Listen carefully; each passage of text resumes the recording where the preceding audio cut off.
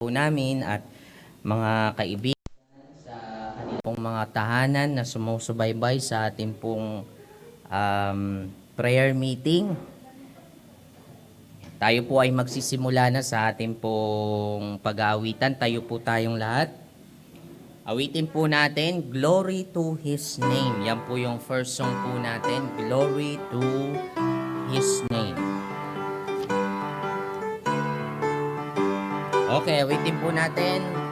Ready, sing. Down at the cross where my Savior died, downward for cleansing from sin I cried. There to my heart was the blood applied. Glory to His name. Glory to His name. Glory to His name.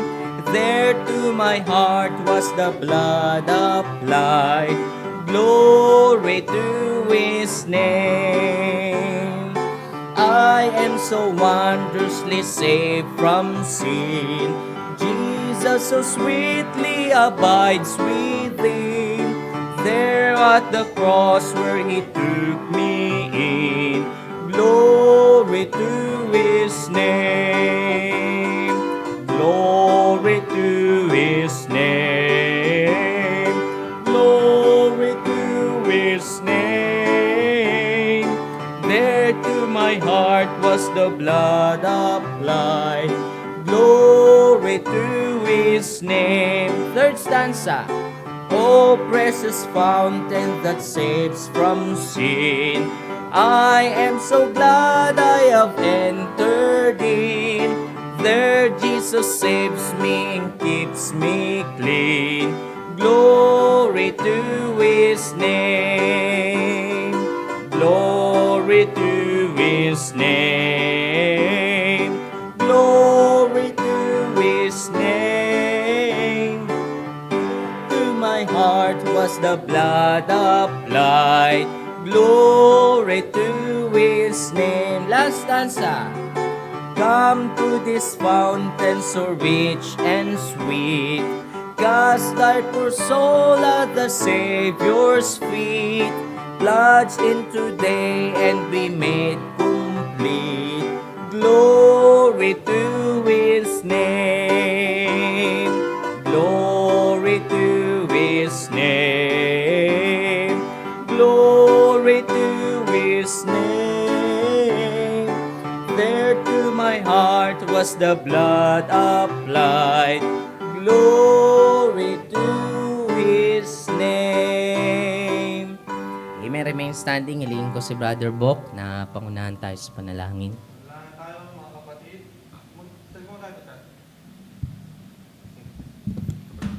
Let's pray. Ama namin Diyos na nasa langit, pinupurit pinapasalamatan po namin ang iyong banal na pangalan, Panginoon, sa paglapit nga po namin bilang isang iglesia, O Diyos, sa oras ng panalangin, Panginoon, ay inihiling po namin. Una sa lahat ay patawarin niyo po kami sa lahat po ng pagkukulang namin, mga kasalanang nagagawa. Ito man po ay sinasadya o hindi, na laban sa iyo, Panginoon. Linisin niyo po ang aming puso't isipan, Panginoon, ang aming buong pagkatao, nang sa gayon sa paglapit namin sa iyo, ang iyong makita ay ang Panginoong Hesukristo at hindi ang aming karuminhan, Panginoon. Dalayan po namin sa gabing ito ay ikaw maluwalhati namin. Nawa ang iyong kalooban ang maganap namin, O Diyos. Ang mga dalangin namin ay punong-puno, Panginoon, ng panalangin na kung saan ayon sa iyong kalooban, Panginoon. Ngayon din po, pinapasalamatan po namin ang mga kapatiran na sumasabaybay sa kasama namin na sa kanilang mga tahanan, Panginoon. Dalangin ko po, Panginoon, ay tulungan niyo po kami lahat na magkaroon ng enough na energy, na lakas, Panginoon, sa pakikinig ng iyong salita, nang sa gayon, O Diyos, ay ma-i-apply namin ito sa aming mga buhay sa mga darating na panahon. Muli, Panginoon, sa gabing ito, tanggapin niyo po ang aming papurit pasasalamat sa pangalan lamang ng aming Panginoong Hesus. Amen. Amen. Sige po, pwede na tayong makaupo at muli po tayong awit. Our next song is Holy, Holy, Holy. Yan po ang ating pong sunod na awitin. Holy, holy, holy. Okay, awitin po natin. Ready, sing. Holy, holy, holy.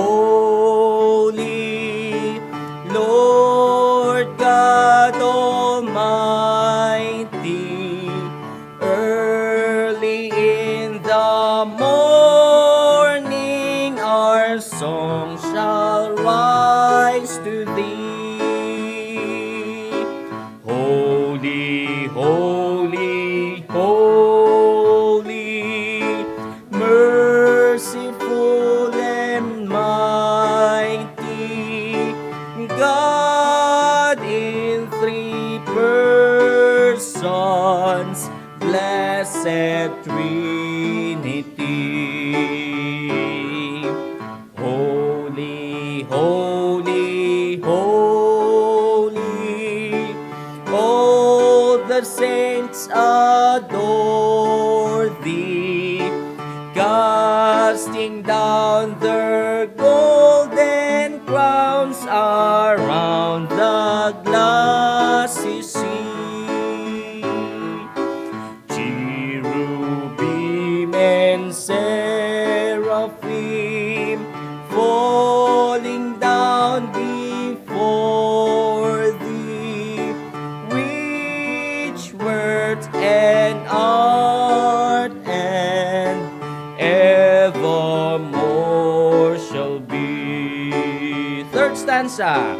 Holy, holy, holy, though the darkness hide thee, though the eye of sinful man thy glory may not see, only thou art holy, there is none beside thee, perfect in power, in love and purity. Last stanza po. Holy, holy, holy, Lord God Almighty, all the world shall praise thy name in earth and sky and sea. Holy, holy, holy, merciful and mighty God in three persons, blessed Trinity. Amen. Tawagin ko po ang ating pong pastor. Okay, magandang hapon po sa inyong lahat. Magandang gabi na pala. Maraming salamat. Nagkita-kita tayo ngayong gabi ng ating prayer meeting. Ang announcement po natin, of course, end of the month ay magkakaroon tayo ng Lord's Table, no? So isasagawa po natin 'yan sa 9:30 service, and then 9 a.m. service, and then 10:30 a.m. service. At ganoon din sa hapon, no? Yung availability ng mga taong hindi nakapag-take nung Lord's Table sa morning. So, ihanda natin ang ating mga sarili sa bagay na yan. Ito isang masayang sama-sama, no? Hindi naman itong ang dating parang Katoliko ang dating natin na once a year o kaya twice a year na talagang para bang panahon ng pagsisisi. Hindi po, no? Ang Lord's Table, ito po'y panahon ng selebrasyon. Ito'y panahon ng masayang fellowship ng magkakapatid sa pananampalataya na i-observe natin yung ating pag-alaala sa Panginoon sa kanyang ginawa sa atin sa Cross ng Kalbaryo. Okay? So, umaasa ako na narito po kayong lahat, no, sa darating na katapusan ng ating buwan ng January. Okay? So, panalangin pa rin natin dahil hindi ko alam kung kasama na ang Pilipinas sa pinasok ng bagong strain ng virus. Pero ganun pa man, ihanda pa rin natin lagi ang sarili natin na maging malusog tayo ang pangangatawan natin at maging maingat lagi, no? Kung kinakailangan nyo uminom ng vitamins para sa kalusugan ninyo, gawin ninyo. Kahit ako, inom ako ng vitamina sa aking katawan, kahit mukha lang akong malusog, dahil ako, pag ako nagkaroon ng running nose, talagang nahihilo na ako, no? Yung running nose. At minsan nakakalimutan ko na pag binasa ko yung buhok ko, doon ako nagkakasimula. Nakakalimutan ko minsan, no? Babasahin ko yung buhok ko, hindi naman ako maliligo, babasahin ko lang. Doon ako nagsisimula magkaroon ng running nose. O minsan pag nabasa ka lang ng ulan. Okay? Ewan ko ba, no? Bakit ganun, no? Basa ka lang ng konting ambon, hindi ka nagtuloy maligo, parang giginawin ka, lalagnatin ka. Pero pag nagtuloy kang maligo, tanggal. Nung gabi, nung linggo, ganun naging pakiramdam ko. So, iniligo ko, tanggal naman siya, no, nawala na yung running nose. At ang pinakamabisa dyan, kumain ka nung chicken soup. Yan. Kaya tinola o kaya any chicken soup, mami. Na bisa talaga. Talaga tanggal yung flu symptoms mo na tinatawag. Okay. So far, yun lamang po ang aking announcement, no? Sa mga darating na linggo, pag-pray natin yung ating mga missionaries, especially yung pagsusuporta natin sa ating missionaries, somehow pumipick up yung ating offering, lalo na sa support natin sa missionaries. Kinakailangan mag-continue ito dahil wala silang iaasahan, kundi yung mga supporter nila at yung iba pang nagbabalak magpunta ng ibang bansa. Marami ng tawag rito na antala hanggang ngayon. Kumbaga ang projected time lang nila ng deputation, mga 1 year, paano sila makakaikot? No? May mga lockdown at hindi basta-basta makakaalis ng isang bansa. So, panalangin din natin sila na magawa nila yung kanilang mga gawain. Ganun din ibang mga miyembro natin, especially if you know of someone who are sick, panalangin natin continue sila Brother Alex, si Kuya Noy, of course, si Mike Tanyala, isa sa mga kaibigan nating professor sa Santa Mesa dati. Sino pa ba? Si Brother Dominguez, no? Isang kaibigan ko rin na kapatid sa pananampalataya who is suffering in prostate cancer. At kung may alam pa kayo na mga kapatid natin na may karamdaman, sino? Yung pamangkin nga pala ni Melinda, si Bim, magaling na ba? Hindi pa panalangin natin dahil may lagnat, no? Mga ilang taon ba to? 12 years old? 7 years old. So, may lagnat, sinamahan pa ng parang sipon. Do nurse ang mother at nasa Amerika sila, syempre, ganun pa rin, nakakabahala pa rin yun magkaroon ka ng sakit. Okay? Meron pa ba kayong idadagdag? Announcement pa lang naman to mamaya. Kung may mga karagdagan kayong prayer request, sasama natin sa ating mga prayer request. Okay? So, ang magiging series of lesson ko is every Wednesday, Lord willing, sa buong isang taon, kung loloobin ng Panginoon, magtuturo ako sa inyo ng parables. No? From time to time, ibibigyan ko kayo ng idea paano ba ini-interpret yung parables sa Biblia. Actually, there are around 30 to 40 parables in the New Testament. Wala pa yung Old Testament. Okay?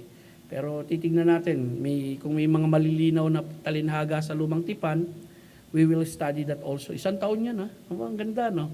Kasi minsan ang isang parable, napakahaba, kinakailangan hatiin ng dalawang pagtatalakay. So, if you are into that, please attend every Wednesday night and let's study the wonder of parable. Our Lord Jesus Christ is good in that. No? Napakagaling niyang storyteller. Talagang, nung unang kapanahunan, people are not entertained by what we have right now. No? Cellphone, television. Dati people are entertained by telling stories, good stories. And people listen to a great storyteller like our Lord Jesus Christ. Talagang may mga suspense Yung istorya niya, may mga suspense, matutuwa ka talaga. No? So, we will study that at sisimulan natin ngayong gabi. Okay? So, yun lamang. Awit muna tayo ng awit pagbati at ano bang aawitin natin na Bible song? This is the day. Gabi na ngayon itong araw. Let's all stand up. Awitin po natin yung This is the day. Awitin po natin. Ready? Sing. This is the day. This is the day that the Lord has made. That the Lord has made. We will rejoice and be glad in it, and be glad in it. For this is the day that the Lord has made. We will rejoice and be glad in it.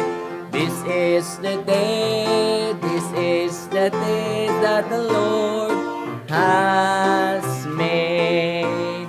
Amen. Sige po, pwede na tayo makaupo at tawagin ko na po uli ang ating pastor. Okay, magpo-proceed na po tayo sa ating pag-aaral ng Biblia. Bago yan, mananalangin muna tayo. Okay? Ama naming nasa langit, o banal na Diyos, pinupurit, dinadakila namin, sinasamba. Sa oras na ito, Panginoon, bago kami magkaroon ng pananalangin, nais mo na po muna naming matunghayan mula sa iyong salita ang mga katotohanang dapat matutunan ng iyong mga anak at maisabuhay ang mga katotohanan ito. Patnubayan mo kami, O Diyos, sa aming pag-aaralan at ang dalangin ko, buksan mo ang puso at isipan ng iyong mga anak na narito sa gabing ito, na pag-aaralan namin ang talinhaga. Lahat pong ito'y dalangin namin sa pangalan ni Kristo Jesus. Amen. Okay? Ang title ko, no, Lumang Tela, Bagong Damit. Siguro sa inyo, alam nyo na yung passage na yan.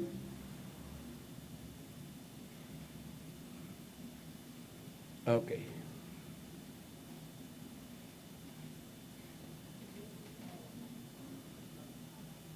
Dito tayo sa Matthew chapter 9, verse 14 to 17. Okay?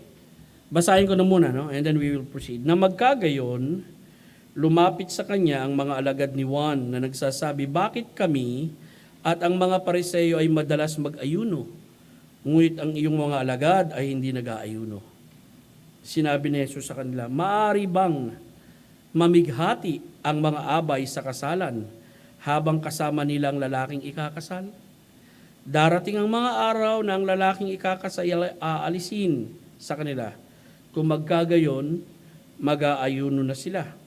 Walang taong nagtatakpi ng bagong tela sa lumang damit, sapagkat ang tagpi ay bumabatak sa damit at ang bagong at lalong lumalaki ang punit. Hindi rin isinasalin ng sino mang tao ang bagong alak sa lumang sisidlan, sa sidlang balat. Kung magkagayon, puputok ang sisidlang balat, ngunit isinasali nila ang bagong alak sa bagong sisidlang balat at kapwa sila tatagal. Okay? So, unang-una, nais kong makita nyo, itong talinhagang ito, tinalakay rin to sa Marcos, sapagkat yung Mateo, Marcos, at saka Lucas ay tinatawag na synoptic gospel. No? Kapag sinabing synoptic gospel, viewing together. Ang Book of John, wala po siyang parable. Ang meron sa John, meron siyang 7 signs or 7 miracles. Pero ang Matthew, Mark, Luke, and John, as you look at it, tinatawag siyang synoptic gospel or viewing together, magkakaiba nga lang anggulo. So sa Marcos 2:21, ganito ang pagkakasabi, no? Walang nagtatagpi ng bagong tela sa lumang damit, sapagkat ang bagong tela ay ang telang itinagpi kapag umurong ay babatak sa lumang tela, ang punit ay lalong lalaki. At ano ko lang po yung volume ng cellphone, baka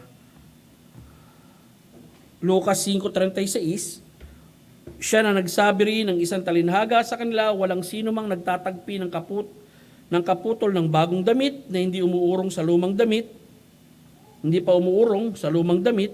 Kapag ginawa ng sino man ang gayon, pupunitin ito ang bago at gayon din hindi ito aayon sa lumang kaputol. Now, as we study this, nais ko makita ninyo, next slide, Brad. Saan at ano ang sitwasyon ng istorya? Okay, siya nga pala, no? When we study parable, kapag sinabing parable, it came from the Greek word parabole, para and balein. Ibig sabihin, throw alongside, no? Kumbaga, meron akong gamit rito, ibabato ko sa gilid ni Erwin. Yun ang ibig sabihin ng parable. Kumbaga si Erwin ang truth, tapos ang gagawin ko, ibabato ko itong istoryang ito sa tabi ng truth para i-explain niya yung truth. Ganun po yung parable. Ang ibang simpleng kahulugan nila, it is a heavenly story. It is a earthly story with heavenly meaning. Okay, parang sound spiritual ang dating, no? Earthly story with heavenly meaning. But it came from the word parabole, okay? Na ang ibig po sabihin, to throw alongside the truth, to explain the truth. So, makikita nyo, imbis na diretsang sabihin ni Kristo ang katotohanan, ang gagawin ni Kristo, maglalagay siya ng isang kwento para explain niya yung katotohanan. Okay? At dito makikita natin, may mga dahilan kung bakit minsan ibinibigay ni Kristo yung talinhaga. At sa istoryang ito, ang dahilan kung bakit ibinigay yung talinhaga in answer to question. No? Kumbaga, sinasagot ni Kristo yung isang katanungan, kaya nagbigay siya ng talinhaga. So dito, ganun na makikita natin. Unang-una, saan at ano ang sitwasyon ng istorya? Kinakailangan magbasa muna tayo pabalik para malaman natin yung senaryo, no? Yung background kung bakit binigay ang parable. Matthew 9:9-13, kasi pag-aaralan natin 14-17. Sabi rito, sa patuloy na paglalakad ni Jesus, nakita niya ang isang lalaki na nakaupo sa paningilan ng buwis na ang pangalan ay Mateo. So itong author ng binabasa natin ngayon, yung life story niya, nung kaligtasan niya, makikita natin sa talatang itong binabasa natin. Sinabi ni Jesus sa kanya, sumunod ka sa akin, tumindig siya at sumunod sa kanya. Parang napakadali, no? Napakadali nung ginawa rito ni Mateo na dapat nating maintindihan, hindi ganun kadali, no? Sa ating kapanahunan. Si Mateo nagtatrabaho ito sa gobyerno ng Romano eh. Malaki kita nito. At maaari, masasabi natin talagang stable na. And yet, nung tinawag si Jesus, umalis siya roon sa lugar na kinaupuan niya at sumunod siya kay Jesus. And that's it. No? He became the follower of the Lord Jesus Christ. Ganun ba kadali yun sa ating kapanahonan? Parang ang daling i-explain dito. Pero ilapat mo yan sa pangyayari natin sa ating kapanahonan. Halimbawa, si Mark kumikita ng 100,000 isang linggo sa isang magandang kumpanya. Biglang sinabi ni Jesus Christ sa kanya, Mark, halika, sumunod ka sa akin. Ang gagawin ni Mark, magre-resign na siya. Yun na ang last day niya rin sa kumpanya na yun. Tapos magpapastor na siya, pupunta sa gawain ng misyon nang walang tawag rito, walang definite source of income. Ganito ang nangyari kay Matthew. Parang ang daling basahin, ang daling tignan, pero i-apply mo sa buhay mo, hindi ganun kadali. No? At yung iba nga, ang dami pang konsiderasyon. Ang dami pang drama na mangyayari sa buhay. Pagpapaalam ka sa pamilya mo, sasabihin mo, magre-resign ka na sa trabaho, magpo-full-time service ka, walang definite o kasiguruhan na source of income pag nag-enter ka sa ministry. Okay, mag-aaral ka na muna ng pagpapastor. Dito makikita natin, tumayo kaagad si Mateo at sumunod sa ating Panginoong Jesucristo. Tuloy po tayo sa istoryang ito. Nangyari nang si Jesus ay nakaupo sa pagkainan ng bahay, di ba? Narito, dumating ang maraming maniningil ng buwis at mga makasalanan, sila ay umupo upang kumain kasama niya at ang kanyang mga alagad. Ang ganda rito dahil si Mateo binuksan niya yung kanyang puso. Pagkatapos buksan ni Mateo yung kanyang puso, binuksan niya yung kanyang tahanan. Nagpa-party siya. No? Maari nung gabi na yon, nung tinawag siya ng ating Panginoong Jesucristo, nagpa-party siya sa kanyang bahay. Sino ang special guest niya? Si Jesus Christ. At sino pa? Of course, yung mga kabady-bady niya, yung mga maniningil ng buwis, at yung mga tinaguriang makasalanan nung kapanahunan nila. No? So ito yung mga bisita niya. Dahil alam naman natin, itong mga taong itong katulad ni Mateo, na maniningil ng buwis, hindi ito tinatanggap sa templo. Hindi sila makapasok sa templo, ban sila ron. Maging yung mga tinataguriang mga makasalanan. Sila ay umupo upang kumain kasama niya at ng kanyang mga alagad. Ito ang background, no? So may kasiyahan, naandun sila sa party, naandun si Jesus Christ, maraming mga tao na naimbitahan, yung mga masasabi natin may mga pintas sa lipunan, makasalanan at mga maniningil ng buwis. Nang makita ito ng mga Pariseo, the religious leaders was also there, sinabi nila sa kanyang mga alagad, bakit ang guro ninyo ay kumakain kasalo ng mga maniningil ng buwis at mga makasalanan? So hindi diretsang tinanong si Jesus Christ dito. Ang tinanong, yung mga alagad ni Kristo. Bakit yung guro nyo? Nakikipag-fellowship, no? Food fellowship, nakikipag-party, okay? Sa mga makasalanan at maniningil ng buwis. Well, Kino-considered kasi nila si Jesus Christ na holy man. At kapag holy man, dapat separated ka sa mga taong ito. Okay? Ngunit, nang marinig ito ni Jesus, sinabi niya, ang malulusog ay hindi nangangailangan ng manggagamot, kundi ang may sakit. Humayo kayo at pag-aralan ninyo ang kahulugan nito. Habag ang ibig ko at hindi hain. Sapagkat naparito ako, hindi upang tawagin ang mga matuwid, kundi ang mga makasalanan upang magsisi. Actually, another parable ito eh. Pero kung ito i-interpret nyo, madali namang intindihin ito. Ang malulusog ay hindi nangangailangan ng manggagamot. Unang-una, si Jesus Christ naniniwala sa manggagamot. Nakita niyo yung point doon? No? Jesus Christ believed in doctors. And dami pangkating pananampalataya ngayon, hindi naniniwala sa mga doktor eh. Though Jesus Christ is a healer, but He believed in doctors. No? Ang malulusog ay hindi nangangailangan ng manggagamot. Sino ang nangangailangan ng manggagamot? Yung may mga sakit. Ngayon, i-apply mo ito kay Jesus Christ. Kayong mga Pariseyo, kung sa tingin nyo hindi kayo, malulusog kayo, ibig sabihin, spiritual healthy kayo, hindi kayo makasalanan, hindi nyo kinakailangan ng manggagamot.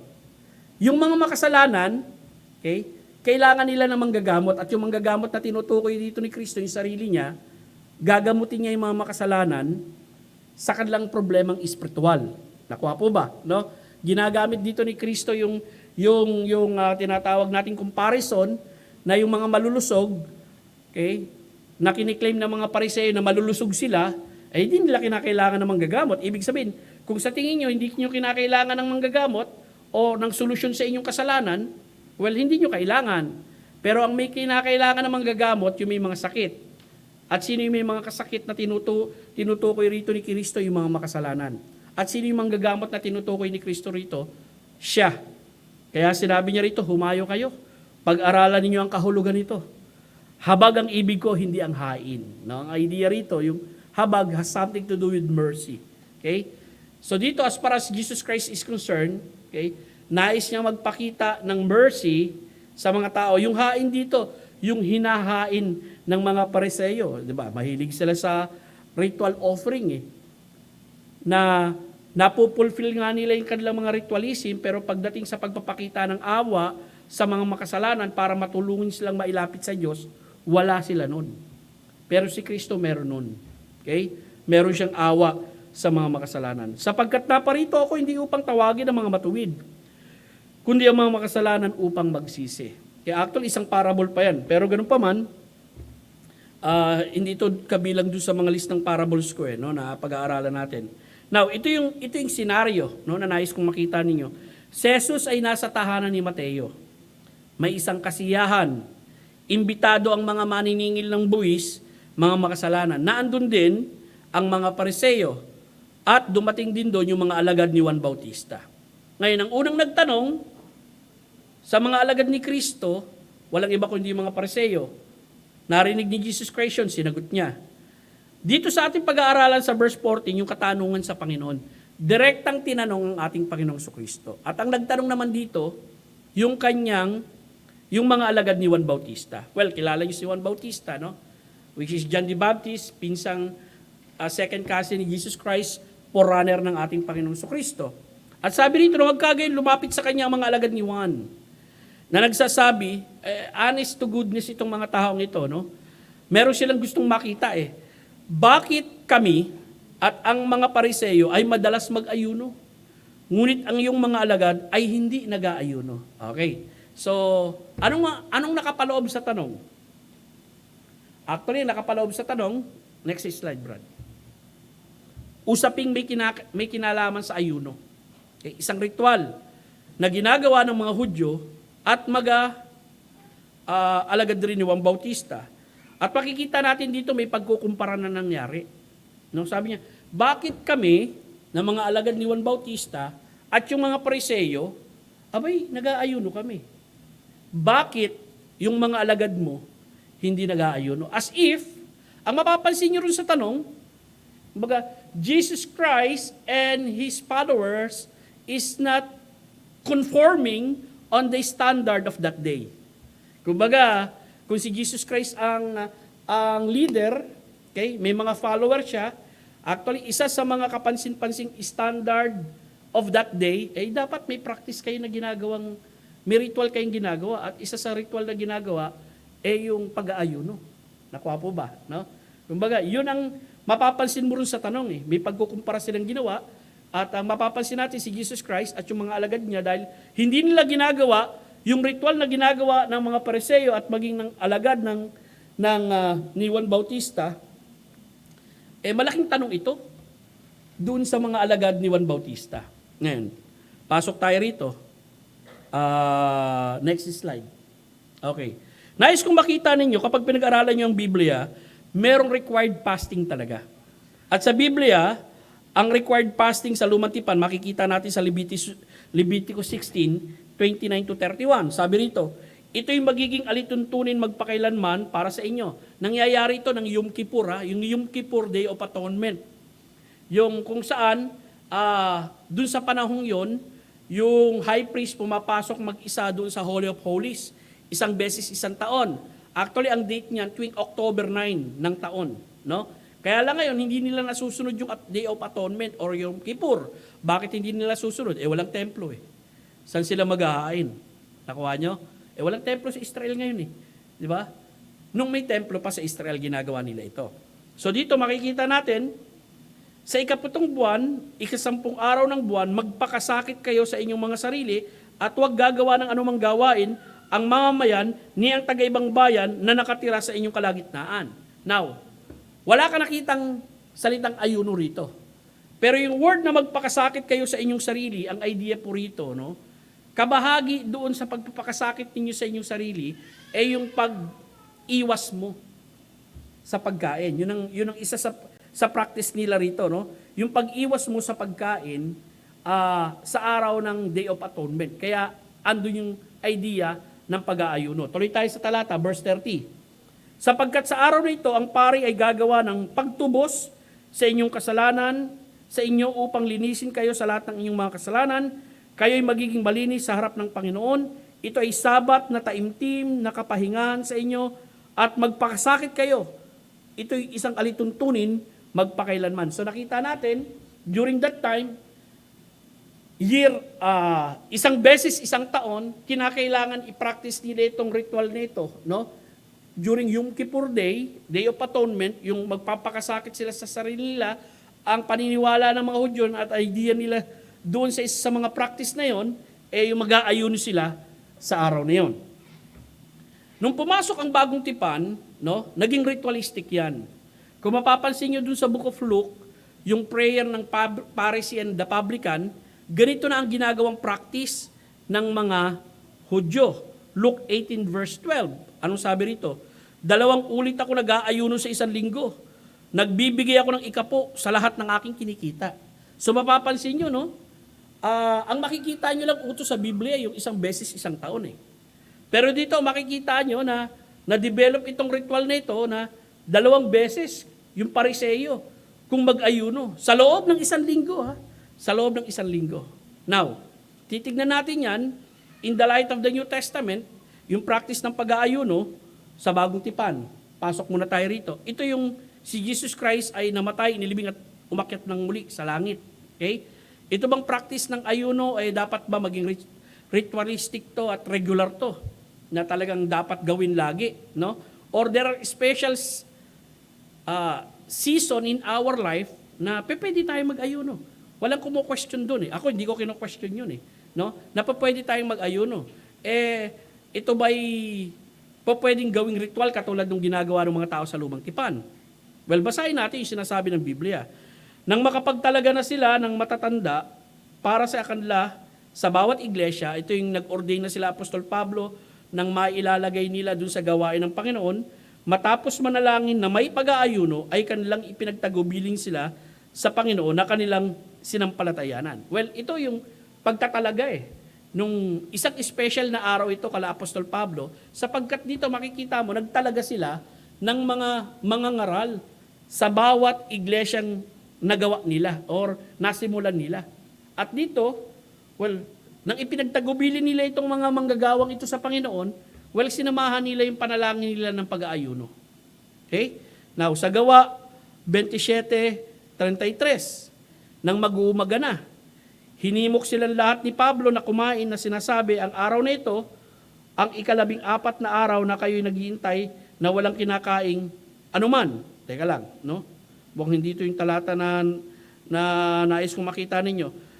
Itong mga taong ito, forced, ang tawag rito, forced, ano ito? Forced fasting. Bakit? Kung pag-aaralan niyo itong context na ito yung inabot sila ng bagyo sa karagatan. Di ba? Talaga hindi sila makapunta-punta sa hindi sila makapunta-punta sa pangpang. Yung mga tao ron hindi na kumakain eh. Doon sa tawag rito, doon sa bangkang sinasakyan nila dahil nga sa sobrang bagyo, no? So in-encourage sila ni Apostol Pablo na kumain sila dahil wala na silang kinakain ng araw na yun. Bakit? Kasi may good news si Paul sa kanila. At ang good news ni Apostol Pablo sa kanila, walang mamamatay sa atin. At yun nga nangyayari, kahit nasira yung barko, walang namatay sila, walang namatay sa kanila, nakarating lahat sila sa pangpang. Now, 1 Corinthians 7:5. May kinalaman ito sa pag-abstain ng mag-asawa sa pagkakaroon ng sexual intercourse. Kung kanilang ilalagay ang oras na yon sa pananalangin at pag-aayuno, huwag magkait ang sino man sa isa't isa, maliban na lang kung napagkasunduan. So, ibig sabihin, kayong mag-asawa, pwede kayong magkasundo na wag muna kayong magsiping sapagkat maglalaan kayo ng oras sa pag-aayuno at pananalangin. Ito ay upang maiukol ninyo ang inyong sarili sa pag-aayuno at pananalangin, pagkatapos noon ay magsamang muli upang hindi kayo matukso ni Satanas dahil sa inyong kawalang ng pagpipigil. So dito makikita natin, as far as New Testament is concerned, yung pag-aayuno na isinasagawa ng mga mananampalataya rito, hindi ito ritualistic. There are things that happen in our life. Kung gusto mong i-engage yung sarili mo sa pag-aayuno, abay, voluntary yun, gawin mo. Okay? Maaari meron kang special na hinihiling sa Panginoong Diyos. Okay? At gusto mong engage yung sarili mo sa pag-aayuno, abay, magagawa mo yan. But it is not something enforced to you. Katulad ng ginagawa dun sa New Testament nung mga Pariseo. Pasok tayo, no? Dun sa kasagutan ng ating Panginoon. Maganda kasi ito yung kasagutan, di ba? Sinabi ni Jesus sa kanila, maari bang mamighati ang mga abay sa kasalan habang kasama nilang lalaking ikakasal? Darating ang mga araw na ang lalaking ikakasal ay aalisin sa kanila, kung magkagayon, mag-aayuno sila. Anong naging sagot ng ating Panginoong Kristo doon sa alagad ni Juan Bautista? Walang makikita nating sagot dito ng ating Panginoong Kristo. Our Lord Jesus Christ, during that time, nasa anong mood sila? In what mood sila nung time na yon? They are in feasting mood. Okay? Nasa feasting sila. Naandun sila sa isang kasiyahan eh. What the Lord Jesus Christ is trying to say here, at yung word na ginamit niya rito, no, hindi lamang kasiyahan na may kinalaman sa pag-iimbita ni Mateo sa kanila, bagkus yung mood na yon katulad rin ng mood or ng kasiyahan kapag merong kasalan. Kaya ang ginamit niya rito, may kinalaman dun sa kasiyahan ng kasalan. Feasting. So what they are doing during that time is feasting. Okay? Pero ang ginamit niyang kasagutan yung feasting ng kasalan. Okay, now, ang sagot dito ni Kristo nagpapakita that it is inappropriate, hindi tama, na nasa gitna tayo ng kasayahan, okay, nais mo magkaroon ng fasting. Because fasting is sometimes associated with mourning. Okay? It is associated with mourning, no? Yung pagdadalamhati. Kaya ka nagfa-fast. Nasa gitna tayo ng kasiyahan eh. Bakit ang gusto mong pag-usapan? Fasting. Ito, bigyan ko kayo ng isang nakatutuwang halimbawa. When I was in Santa Mesa, may ikinasal doon, no? Ayaw ko kung alam to ni Bo, kaya naikukwento ko sa kanya ito minsan eh. May ikinasal doon, si Mark, alam din ito. Nandun ako sa opisina namin, at itong opisina na ito, nasa kaliwang bahagi pa, bago ako nagkaroon ng opisina doon sa ilalim ng hagdanan. May ikinasal doon, at ang nagkasal, isang pastor din na Pilipino, kilala ito ni kilala yata ito ni Sarah, no? At itong pastor na Pilipino ito, during the wedding, imbis na ceremony ang mangyari, naging evangelistic yung kasal. At ang narinig ko, impyerno na. Kapag kayo napunta sa impyerno, teka lang, nasaan ba tayo? Kasal to, paglabas ko ng office, siya na yung nagkakasal. Impyerno na narinig ko, mga kapatid. Nabigla ako, kasi alam ko wedding eh. No? Of course, kapag wedding naman, no? Kapag wedding naman, ang pag-usapan nyo yung mga bagay na may kinalaman sa kasal. Hindi yung mga bagay na may kinalaman sa impyerno. Ang illustration pang ginagamit pag napunta ka sa impyerno, walang bintana ron. Kahit saan ka tumalon, ang babagsakan mo apoy. Talaga napalabas ako sa office at tinignan ko yung kasal ba ito? Bakit para tayo nasa evangelistic? Now what I'm saying, hindi ko sinasabi na mali yung kanyang ginawa na isiningit yun, but I think it is not appropriate during the wedding na pag-uusapan mo kamatayan at impyerno. Dapat ang pag-uusapan nyo, yung pagsasama ng mag-asawa. Okay? At yung magiging magandang pagsasama nila at yung panalangin mo na magsasama sila ng matagal. Now dito, ganun din ang sinasabi ng ating Panginoon Kristo rito. Sinabi ni Jesus sa kanila, maari bang mamighati ang abay? Yung abay rito, usually mga kaibigan nito nung ikakasal sa kasalan, habang kasama nila ang lalaki, ikakasal. Of course, very obvious yung story dito. No? Yung lalaking ikakasal dito is referring to our Lord Jesus Christ at yung abay niya rito is referring to His church, yung kanyang mga alagad. Okay, maari ba silang malumbay, no? Dahil silang abay sa kasal. Mga kaibigan sila nung lalaki. Nakasama nila yung lalaki ikakasal? Of course not. Okay? Hindi dapat kalumbayan ang pinag-uusapan sa kasal. Dapat kasiyahan because you are in the feasting mood. So inappropriate na pag-usapan dito yung fasting na tinatawag. Pero sabi din ni Jesus Christ, darating ang mga araw na ang lalaking ikakasal ay aalisin. Kailan to nangyari? No? Ito yung si Kristo yung namatay, inilibing at nabuhay na muli, at umakyat sa langit. Okay? He ascended into heaven. Kapag dumating na yung time na yon, kung magkagayon, mag-aayuno sila. At yun nga yung mga talatang pinakita ko sa inyo kanina, no? Yung ayuno sa bagong tipan. Now, and then after that, our Lord Jesus Christ,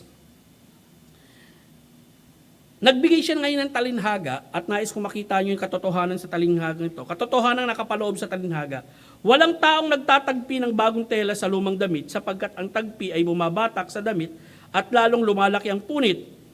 Hindi rin isinasalin ng sinumang tao ang bagong alak sa mga lumang sisidlan, balat kung magkagayon puputok ang mga sisidlang balat at isinasalin nila ang bagong alak sa mga bagong sisidlang balat. Anong ibig sabihin nito? Unang-una, pag-aralan muna natin yung lumang damit, no? Para bang magpapachika. Nakaranas na kayo niyan? Nakabili na ba kayo ng patch? Okay? During that time, ang isang damit kasi dumadaan yan sa process ng pag-urong. Okay? Dati bumili ka ng damit sa China, ang ganda, ang haba. Okay? Nung nalabahan mo, talagang umurong hanggang dito. Kita na pusod mo. Ano ba naman ito? Ang haba-haba nung binili kong damit. Isang araw ko lang nalabahan umurong na. Well, ganun din, no? Yung lumang damit, tapos may bago kang tela, yun ang gagawin mong pangpatse, pangtape, pangtakip. Ngayon, ang mangyayari nyon, pag dumaan nyo sa proseso ng pag-urong, dahil siya nakapatsi doon sa lumang damit, babatakin niya yon, lalong masisira at lalaki. Self-explanatory naman Ngayon, pumunta naman tayo doon sa lumang alak at lumang bagong alak at lumang sisidlang balat, no? Kapag ito'y pinag-aralan nyo sa English, lalo na sa King James Version, na makikita nyo battle. Okay? Kaya marami na pagkakamalian kasi akala nila yung crystal battle. Okay? Ngayon, pag nagbasa ka ng ibang translation sa English, hindi battle ang makikita mo wineskin, which is the proper translation. No, wineskin. Balat ng hayop. During that time, yung balat ng hayop ang ginagawa nilang lugar na kung saan piniperment yung alak, no? Yung bagong alak na malakas matapang yon at ang pressure niya para mag-permit napakalakas, bagay siya sa bagong balat. Ngayon, kung may luma kang balat, tapos ipeperment mo yung bagong alak, palulumain mo ron, masyadong matapang yon, bubutasin niya yung lumang balat. Kaya yung bagong alak, dapat lang siya sa bagong balat ng hayop. Hindi doon sa lumang balat ng hayop. Kaya nga sinabi rin ni Kristo, ngunit isinasalin nila ang bagong alak sa mga bagong sisidlang balat at kapwa sila tatagal. Usually, yung ginagamit na hayop dito na ginagawa nilang sisidlan ng alak, walang iba kundi yung kambing. At kapag nakakita kayo ng kambing, manood kayo sa Mongolia, no? O kaya sa Middle East kung paano nila ginagawa yon, tinatanggal nila yung laman loob, binabalatan lang nila yung kambing, tapos tinatahi nila, pati yung apat na paa tinatahi, pero yung isa lang ang bukas at doon nila ilalagay yung alak. Okay? Pag tinahinan nila yun, talagang makikita mo, napakahusay, wala talagang lalabas na anumang alak doon at mapeperment yun. Kaya lang, naluluma din yun eh. Okay? Kaya ang nais ni Jesus Christ dito, kinakailangan, bagong alak, bagong balat na sisidlan. Anong kahulugan nito? Ang makikita natin dito, incompatibility. No? Doon sa illustration ni Jesus Christ, sa parable niya, incompatible yung bagong tela sa lumang damit, incompatible yung bagong alak sa lumang sisidlan. Makikita mo yung incompatibility. Ano ba sa Tagalog nun? Hindi compatible. Okay? Pero si Erwin, compatible to. Ha? Hindi compatible. Okay? Ito po yung kahulugan nun. Next, Brad. Okay? Ang aral ng Panginoong Hesus at ang pamamaraang pamumuhay Kristiyano ay hindi pwedeng pagsamahin sa ritualismong pamamaraan ng gawa-gawa ng tradisyon ng mga tao. Yun po ang kahulugan niya. No? Incompatible yung Christian life na meron ka kay Kristo at ang uri ng pamumuhay na ipamumuhay mo doon ay ritualism. Okay? Ritualism. Hindi. Yung bago mong pamumuhay kay Kristo, kinakailangan panibagong uri ng pamumuhay din yun. Dynamic Christianity. Hindi ritualistic. Ang gusto kasing mangyari dito ng mga alagad ni Juan Bautista, akala nila yung aral ni Kristo, okay? Kumbaga, makakatulong yun doon sa aral na tinanggap nila kay John the Baptist. Hindi. Kay John the Baptist kasi, nais i-reform ni John the Baptist yung Judaism. Kasi ang nangyari sa Judaism, mali na ang paniniwala nila. Okay? Puro ritualistic na. Ang nangyari din pala, yung mga tagasunod ni Juan Bautista, may pagka-ritualism din ang ginawa nila. Kaya nung dumating si Kristo, akala nila may similarity doon. Pero hindi, magkaiba. No? At ang makikita natin dito, there is difference between law and grace. Okay? Life in Christ, yung bago mong buhay kay Kristo, kinakailangan maipamuhay mo yan sa bagong pamamaraang pamumuhay Kristiyano. Hindi kasama yung dead ritualism na ginagawa ng mga Pharisee at maging ng mga alagad ni Juan. Okay? Yun ang makikita natin dito. Now, anong ma-appreciate natin dito sa istoryang ito? May tatlong bagay akong nais makita ninyo. Yung larawan ng taong iniligtas ni Kristo. Unang-una, nais ko makita ninyo, yung sumusunod kay Kristo nang walang anumang kondisyon. Yung tunay na ligtas, ito yung sumusunod kay Kristo nang walang anumang kondisyon. Saan natin to makikita? Makikita natin to kay Mateo. Di ba nung tinawag si Mateo ng ating Panginoong Jesucristo? Mateo, sumunod ka sa akin. Si Mateo, there is no condition, there is no question, sumunod siya. Ito ang larawan ng isang tunay na ligtas na tao. Nakuha po ba? Pangalawang mapapansin natin dito, si Mateo may malasakit sa kaligtasan ng mga tao. Bakit? Kasi during that time, after maligtas si Mateo, not only he opened his heart to the Lord, but he opened his house to the Lord. No? Naging bisita niya ang Panginoon at naging bisita niya rin yung mga kaibigan niya na makasalanan at mga maniningil ng buwis. Na maari ang nais ni Mateo, ma-experience din nila yung salvation experience niya nang makilala niya si Jesus Christ. That's why Jesus Christ was there. At makikita natin doon sa talinagang una niyang sinabi, okay, ang mga malulusog, hindi nangangailangan ng manggagamot, kung hindi yung may mga sakit. In which nire-repair ni Jesus Christ, siya yung manggagamot, at yung mga taong may pangangailangan sa kanya, ito yung mga taong mga makasalanan na kinakailangan niyang gamutin. Well, ito ang larawan na makikita rin natin sa istoryang yan. No? Ang tunay na ligtas, may malasakit sa kaligtasan ng tao. Ikatlo, ang tunay na ligtas, tinatalikuran lahat ng uri ng legalismo at ritualismo. Okay? At minsan nangyayari sa baptist eh. No? Yung ritualismo at legalismo. At minsan yung tinatawag nating ano yung madalas kong binabanggit, yung panglabas, no? Yung ano bang term yun? Externalism. Yan, no? Minsan binabase natin yung pagiging spiritual ng isang tao base sa kaanyuan niya, base sa panlabas niya, hindi base sa lalim ng kanyang relasyon sa Diyos. Dahil hindi siya yung mga alagad ni Kristo hindi nag-conform dun sa standard nung time na yun eh.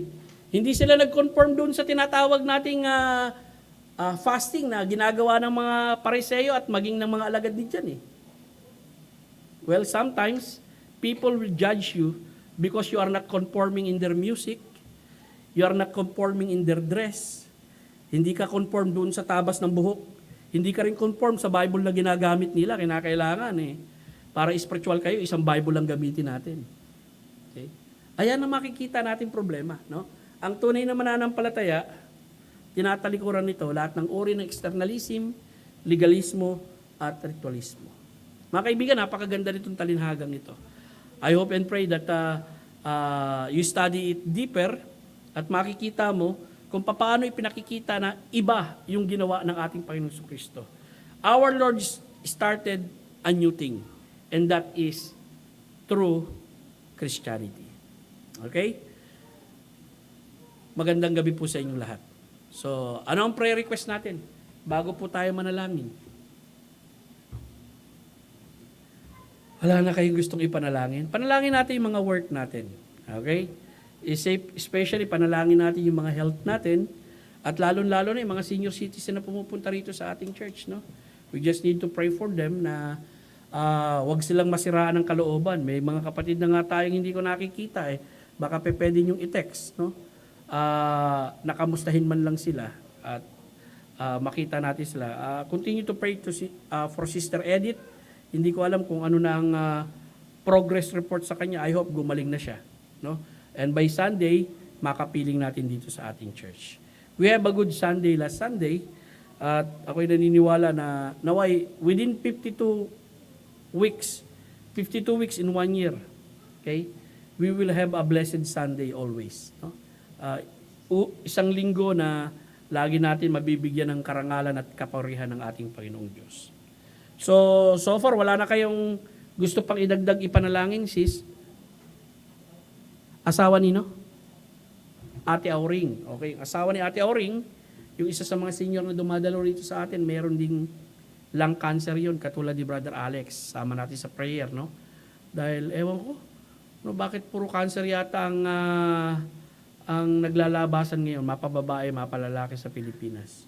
20 years ago, nabakunahan pa naman ako. Baka epekto ito ngayon, no? Well, I hope not. So, sino pa ipagpipray natin?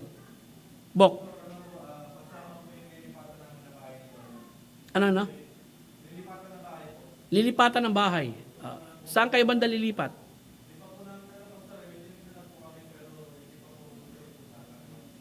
Sige. Pag-pray natin yung paglipat nitong dalawang ito, no? At sana makahanap sila at saka yung reasonable. Kung ako sa inyo, maghanap kayo doon sa hindi binabaha. Okay? Pangalawa, maghanap kayo na makakamura kayo. Actually, pinapaupahan yung nandito sa dulo ngayon. 30,000. Christian, baka gusto mo opisina. Isa dulo, wala na kasi sila. Kate-text lang sa akin ni William ngayon. No? Tapos yung second floor, yung sa dulo din, yung dating spa, 75 lang naman. Hindi 75 pesos, 75,000. Kasi ano yan 200 square meter. Malaki yan yung sa baba, no? So, bakante yan. So, I was approached by our landlord kung gusto natin doon tayo sa dulo. Well, sabi ko baka mahal unang-una, so far wala pa tayong paggagamitan, no?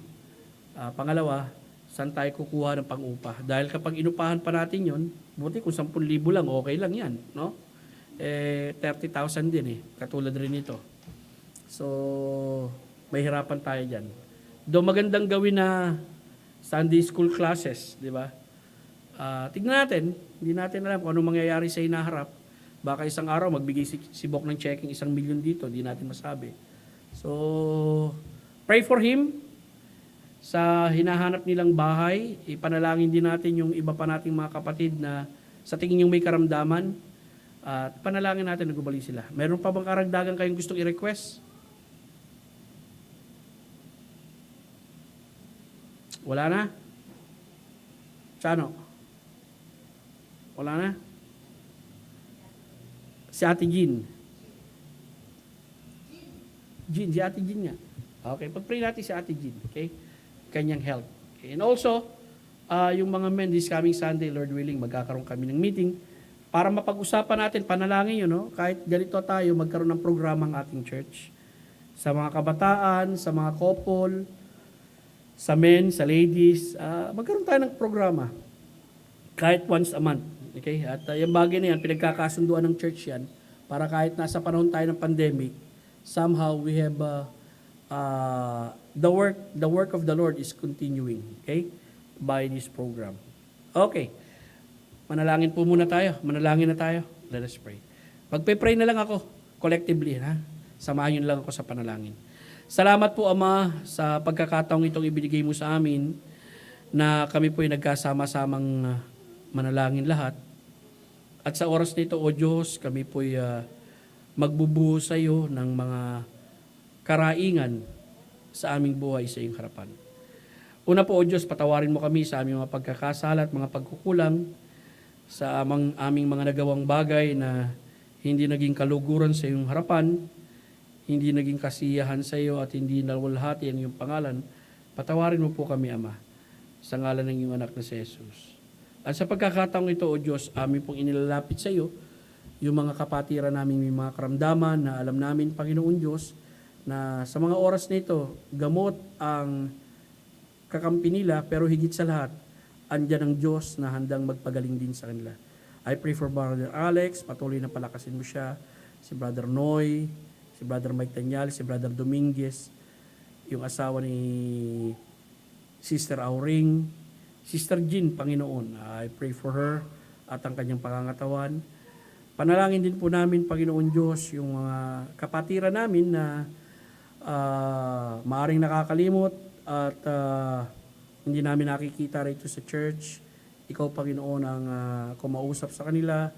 Panalangin ko rin po, Panginoon, ang tuluyang kalakasan ni Sister Edith at maging, Panginoon, yung iba namin mga kapatid na sa mga oras nito, maaring may tinataglay na karamdaman. Panalangin din namin, Panginoong Diyos, sa oras nito, ang paghahanap ni Brother Bok ng tahanan. Ang dalangin ko, makakuha sila ng mainam, mura na mauupahan, ganoon din mataas, Panginoon, na maaring hindi maabot ng baha, at advantageous, Panginoon, sa kanilang pagpunta sa trabaho at maging pagpunta sa church. And I pray for them, O God, na ikaw po ang mag-ingat sa kanila at magkaroon ng wisdom sa kanila na makapili ng mainam na malilipatan. And also, panalangin ko, Panginoon, ng mga kapatid namin this coming Sunday, ihanda mo ang bawat isa sa kanila, sama-sama namin muling pagsamba. Pinapanalangin ko, Lord, ang kalaguan ng bawat isa sa pananampalataya. Ganon din panalangin ko, Panginoon, na hindi mawala ang aming focus ng paglilingkod sa iyo. At naandun pa rin, Panginoon, ang init ng aming paglilingkod at hangarin makapagbigay ng kaluguran sa iyong pangalan sa lahat ng pagkakataon at oras sa aming buhay. I pray also for Pastor Baker, O Lord, bagamat hindi namin alam kung ano ang tunay na kalagayan niya sa mga oras na ito, liban lang doon sa nabalitaan namin nung huling panahon na nasa home care siya, patuloy namin pinapanalangin na ingatan mo ang kanyang pangangatawang lupa, O Diyos. And also, panalangin ko na tulungan mo po ang bawat miyembro na maging maliksi sa kaisipan, lalo-lalo na sa pagbabantay sa kanilang pangangatawang lupa, Panginoon. Maging maingat kami sa karamdaman, malayo kami sa anumang uri ng sakit, at higit sa lahat, pag-ibayuhin namin, Panginoong Diyos, ang pagpapalago ng aming pananampalataya sa iyo at mainam na espiritual na pangangatawan. Salamat, Panginoon, sa oportunidad na makapiling ang iyong mga anak sa gabing ito, pribileyong makapagsama-sama ang iyong iglesia at makapaghatid ng kalwalatian sa iyong pangalan. Muli, Ama, ihanda mo ang aming mga puso't isipan sa susunod na pagkikita namin this coming Sunday. At sa aming paghiwa-hiwalay, ingatan mo po ang bawat isa na taglay ang kapayapaang aming dinatnan sa tahanang ito. Kaya kapayapaan din ang kami maghihiwa-hiwalay. Lahat po ito'y dalangin namin sa iyo, Diyos, sa ngalan ng iyong anak na si Jesus. Amen. Magandang gabi po sa inyong lahat at marami pong salamat. Dismiss na po tayo.